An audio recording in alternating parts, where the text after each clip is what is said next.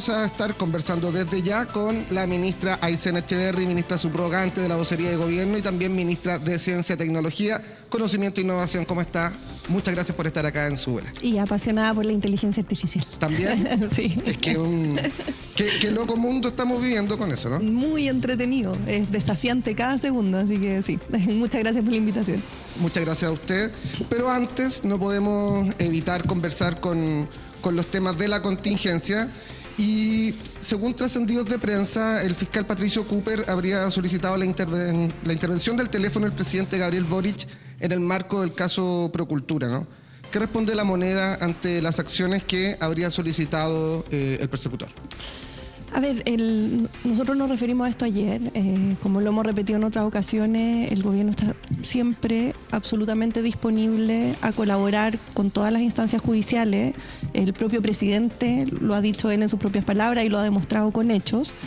Ayer se conocieron trascendidos, los trascendidos, al igual que las filtraciones, no son buenos para las instituciones ni para los procesos, y en base a eso y dada la naturaleza de lo que se conoció ayer, nosotros hicimos una declaración señalando precisamente que aquí podía eventualmente comprometerse seguridad nacional y que era por eso importante aclarar, pero eso ya está dicho ayer y hoy día no tenemos nada nuevo que agregar. ¿No se ha comunicado el fiscal nacional Ángel Valencia con usted para desmentir o confirmar esto? Esto es un proceso en curso, como le decía, ayer nosotros hicimos la declaración que hicimos porque era importante relevar aquel punto, pero a hoy día no tenemos nada nuevo que agregar. No ha habido novedad.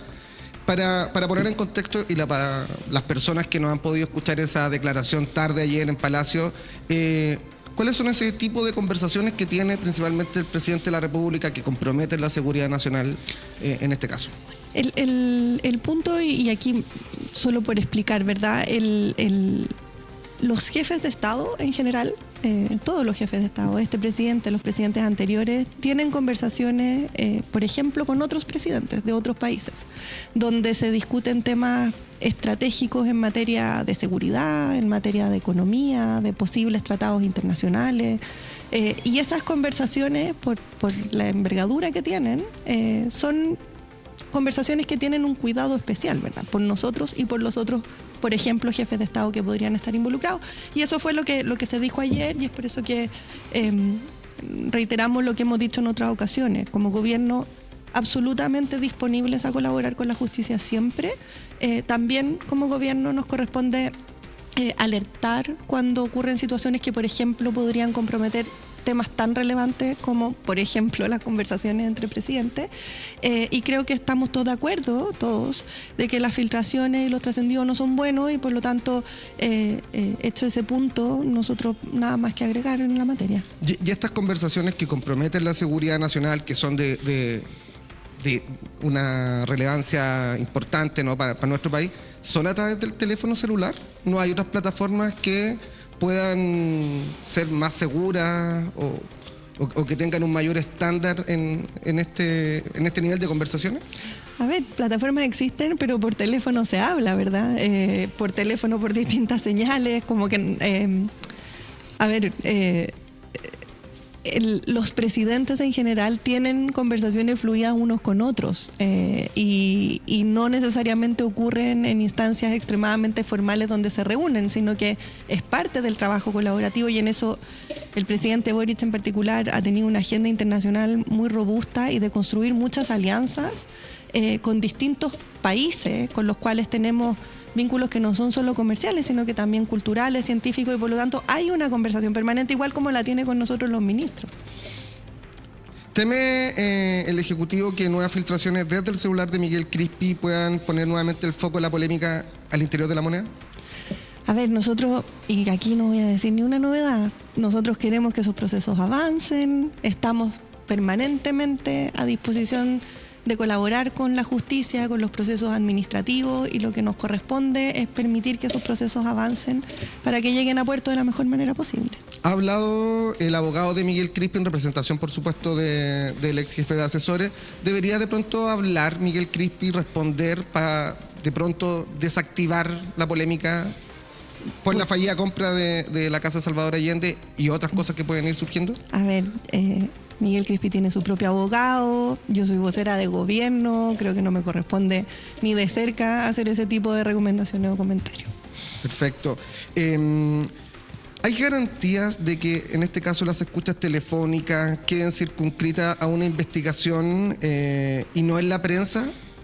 ¿En qué sentido? En el sentido de que este último tiempo hemos visto ya en distintas investigaciones que las filtraciones, las conversaciones están en medios de comunicación, y ojo, acá no es una crítica a los medios de comunicación, sino que hay espacios donde se están ocurriendo filtraciones y parece que la cadena de custodia no está funcionando al 100%, ¿no? A ver, aquí lo que usted me pregunta son objetos y materias de investigaciones, hay leyes que se aplican. Nosotros como gobierno, y yo lo repito hasta el cansancio y lo seguiré haciendo todas las veces que sea necesaria, estamos disponibles a colaborar dentro de los marcos institucionales, creemos que las leyes se tienen que respetar, creemos que los procesos de las instituciones se tienen que fortalecer permanentemente, pero eso que está ocurriendo a propósito de esos procesos judiciales es algo que nosotros observamos y con lo que colaboramos, pero no ocupa nuestra tarea y nuestro tiempo. Nuestro tiempo y nuestra tarea está en construir alianzas comerciales con las giras de los presidentes, con apoyar la campaña de vacunación, con avanzar con inteligencia artificial, con reforzar en materia de seguridad, que es donde lo que las personas esperan también que estemos, ¿verdad? Si nos transformamos o más bien, si la contingencia nos impide trabajar en lo que realmente corresponde, no estaríamos haciendo nuestro trabajo, y no es lo que está ocurriendo hoy día. Si bien a mí me toca hablar harto de estas materias porque me preguntan mucho, la tarea del gobierno y la dedicación está precisamente en aquellas áreas donde sabemos que el país tiene que avanzar y que son finalmente las cosas que hacen que mejore la calidad de vida de las personas. Para finalizar con este tema, ¿qué medidas justamente está tomando el Ejecutivo en el plano legislativo para evitar o para ponerle un parelé, como se dice en chileno, a las filtraciones? Es que hoy día existen... Ya sea de cualquier tinte político. Sí. Ayer la presidenta del Frente Amplio como que apuntaba a una cuestión más meramente política en este caso, respondió a Patricio Cooper en relación a que no molestan las filtraciones cuando se trata de narcotraficantes. Una comparación un poco... Miren, no escuché la declaración del fiscal Cooper, pero me sorprendería que hubiera hecho una comparación de esa naturaleza. Ahora, dicho eso, aquí existen leyes, existen instituciones, existen procesos para investigarlo, y eso es lo que tenemos que todos quienes participamos en el mundo político fortalecer. Esas leyes tienen que cumplirse, existen instancias de coordinación, existen espacios donde la legislación se revisa permanentemente para que se mejore, y como le decía, yo creo que estamos todos de acuerdo en que las filtraciones y los trascendidos no ayudan a nadie, y nosotros como gobierno no nos desviamos de la atención de aquello, estamos trabajando todos en aquellas otras materias que realmente están ahí para mejorar seguridad, salud, educación, en fin, lo que nos corresponde como gobierno.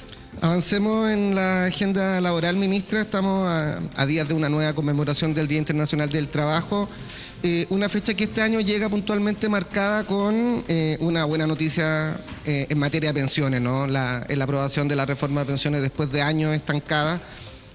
¿Cómo ha avanzado la agenda laboral en este último, y considerando que este es el último año de gobierno, cómo lo ve el gobierno? Bueno, 1 de mayo nos hace todo pensar en cómo hemos avanzado, qué es lo que hemos logrado, ¿verdad? Y esta ha sido una agenda bien prioritaria del gobierno, con avances históricos. Reforma de pensiones sin duda es uno de esos, tantos años discutiéndolo, y hoy día, ya a partir de septiembre, los mayores de 82 van a ver su PGU aumentada a 250.000 pesos. Por primera vez vamos a tener ajustes por brechas que han existido siempre entre hombres y mujeres, y es por eso que hemos dicho siempre que esto es una reforma con cara de mujer. Logramos avanzar mejorando las pensiones actuales y futuras, y eso era un compromiso muy importante de este gobierno, que en muchos momentos se dijeron esto no se va a lograr. Yo creo que muchos no confiaron en que íbamos a llegar a puerto. Y hasta último minuto estaba ahí como los votos. Hasta último minuto, y sin embargo con la construcción de acuerdos transversales, ya hay que decirlo, donde el sistema político se puso a la altura, y salvo grupos muy minoritarios en el lado de los republicanos, logramos generar un acuerdo que permitió esta reforma y que los resultados se van a ver ya prontamente en los bolsillos de los chilenos y chilenas. Pero también avanzamos en otras áreas. La ley de 40 horas, por ejemplo, que tiene un proceso de implementación que está en curso, que permite entregar mayor tiempo para las familias con sus hijos. Yo soy mamá y me acuerdo haber llegado corriendo a la casa para alcanzar a ver a los niños antes de dormirse y lo valioso que son esos minutos. Y eso se logró con esta reforma, pero también con algo que es muy importante, que la reforma se construyó con un acuerdo con los trabajadores, pero también con el sector privado. Y además se consideraron, por ejemplo, subsidios en algún minuto a propósito del salario mínimo. Entonces, la forma en cómo el gobierno ha ido avanzando en estas agendas es creando estos acuerdos entre todos los sectores.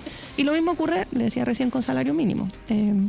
Este era un compromiso que se cumplió muy anticipadamente al principio del gobierno. Se aumentó a 500.000 pesos. Hoy día, con el IPC, ya vamos como en 510.000 pesos. Y se hizo de una forma donde todos los actores tuvieron todas las herramientas para abordarlo, ¿verdad? Y eso es muy valioso porque en el fondo son avances y son acuerdos que se consolidan con el apoyo transversal que tienen, y eso nos permite avanzar como sociedad en una agenda que, bueno, tiene otras cosas, a la vacuna, ley Karin, en fin, una serie de otras medidas que precisamente apuntan a seguir permanentemente mejorando la calidad de vida de los trabajadores y trabajadoras. ¿Cuáles son justamente los pendientes en materia laboral? Este último año de gobierno, uno ya va llenando el librito como con los cheques, ¿no? De cumplió, nos avanzó mucho. ¿Cuáles son los pendientes y si se sienten satisfechos con lo logrado en materia laboral durante el gobierno del presidente Boric? A ver, yo creo que son indudablemente avances sustantivos. Indudablemente, y todos quienes estamos en política siempre queremos más, por supuesto. Pero también es importante ir cuajando estas reformas y dándoles el tiempo de maduración que requieren. Una agenda que ha sido importantísima y con enormes avances de las que estamos completamente orgullosos. El foco en lo que viene en los próximos meses está muy claro. Tenemos que implementar la reforma de pensiones. Aquí hay institucionalidad que construir, hay muchos reglamentos que crear, sistemas para transferencias de recursos, hay que hacer mucha educación a los pensionados y las pensionadas respecto de qué significa esta reforma de pensiones, y nuestra tarea es que eso ocurra de buena forma, y por lo tanto ahí es donde están puestos el foco y lo esencial de la agenda laboral. Ahora, dicho eso, y este es el lado de la agenda de la que se habla menos, ¿verdad? Estamos haciendo esfuerzos importantes también por mejorar en capacitación, por entregar mejores herramientas a los trabajadores y trabajadoras respecto de tecnologías del futuro. A propósito de lo que hablábamos al comienzo, sí. Pero me interesa mencionarlo ahora porque es la lógica, ¿verdad? Avanzamos en derecho, pero no perdemos nunca de vista el futuro posible, y por lo tanto traemos ese futuro al presente con medidas, con políticas públicas, con herramientas de capacitación que permitan que los trabajadores no solo tengan mejores condiciones, sino que además puedan estar actualizados y aprendiendo temas nuevos tan relevantes como inteligencia artificial y otros. ¿Habrá despliegue del gobierno? Justamente usted lo decía, hay que educar, hay que salir a explicar los alcances de la reforma de pensiones. ¿Va a salir a explicar el gobierno esto en regiones los próximos meses, las próximas semanas? Esto se hace permanentemente a través de los equipos de gobierno, los equipos regionales, las seremías. A medida que la reforma se va implementando, la información está cada vez más disponible. Y eso es súper importante que ocurra, pero es parte de la labor permanente en el fondo que tenemos las autoridades de comunicar nosotros mismos, o a través de las autoridades regionales, o a través de los servicios que entregan los beneficios. Bueno, en qué consisten, cómo se piden, a partir de cuándo, que es información que sabemos es muy valiosa para todos. Vamos a la TAM GPT. La semana pasada estuvo de paso en una gira, ¿no?, por Brasil, donde usted firmó un memorándum con su par brasileña, Luciana Santos, convirtiendo a Brasil en un socio activo de la TAM GPT. Y para las personas que no lo conocen y hoy acá en Súbela están como descubriendo esto, porque sabemos de ChatGPT, de todas las IAs en general, ¿qué es la TAM GPT? ¿Cuál es su aporte en el contexto donde la inteligencia avanza rápidamente, compitiendo con grandes competidores de las corporaciones, ¿no? ¿Cuál es el aporte? A ver, la TAM GPT es un modelo de lenguaje y un modelo de lenguaje es como el cerebrito que hay detrás de una inteligencia artificial. Entonces, ese cerebrito se modela de una cierta forma, no nace de la nada, sino que se alimenta de mucha información y de esa forma aprende de contenidos y aprende a pensar de cierta manera, ¿verdad? Así dicho muy sencillo. Entonces, si usted, por ejemplo, le pregunta a un GPT como DeepSeek o como ChatGPT por temas que son culturalmente latinoamericanos, propios absolutamente, como por ejemplo, no sé, un jarro pato. El jarro pato, que es este clásico de la cerámica chilena, un jarro pato probablemente le va a entregar una imagen de un jarro amarillo con cabeza de pato. Cuando eso no es un jarro pato, nosotros sabemos, porque hemos estudiado, porque conocemos la historia de nuestro país y conocemos la artesanía de nuestro país, sabemos que es otra figura. Entonces, ¿qué ocurre? Que cuando los modelos de lenguaje son creados en Estados Unidos o en Europa o en China, el componente cultural de los países como Latinoamérica se empieza a perder, ¿verdad? Porque esa información no está, porque esa forma de ver el mundo no existe. Hay un sesgo. Hay un sesgo, o hay vacíos de información, o hay objetivos que son distintos. Y es por eso que el crear un modelo de lenguaje que sea de Latinoamérica lo que nos permite es, por un lado, ser actores en esta carrera de la inteligencia artificial, porque creamos capacidad, hay gente formándose, hay un montón de personas trabajando en esto, pero por el otro, tener una herramienta de inteligencia artificial que refleje no solo nuestro idioma, sino que también nuestra cultura, nuestra idiosincrasia.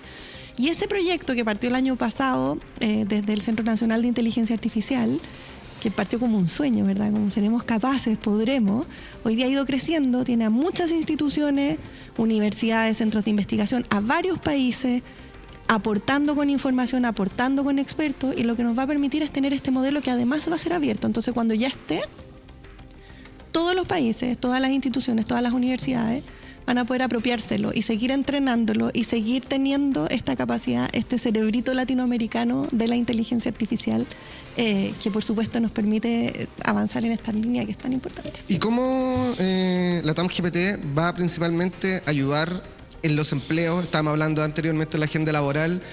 ¿Va a tener un alcance en ese aspecto? La TAM GPT en específico respecto de empleo, no, porque es una herramienta, pero sí como gobierno tenemos una agenda importante en capacitación en materia de inteligencia artificial. Una de las cosas que descubrimos tempranamente, esto a propósito del ILIA, que es el Índice Latinoamericano de Inteligencia Artificial, es que existen muchas profesiones, muchas tareas, muchas labores que no serían reemplazadas por la inteligencia artificial, pero que sí se pueden potenciar si es que se usa esta IA para poder apoyarlo. Los profes, por ejemplo, los funcionarios públicos. Hay distintas funciones, ¿verdad? Y es por eso que tomamos la decisión como gobierno de aprovechar esa oportunidad y de crear herramientas para capacitar a estas personas.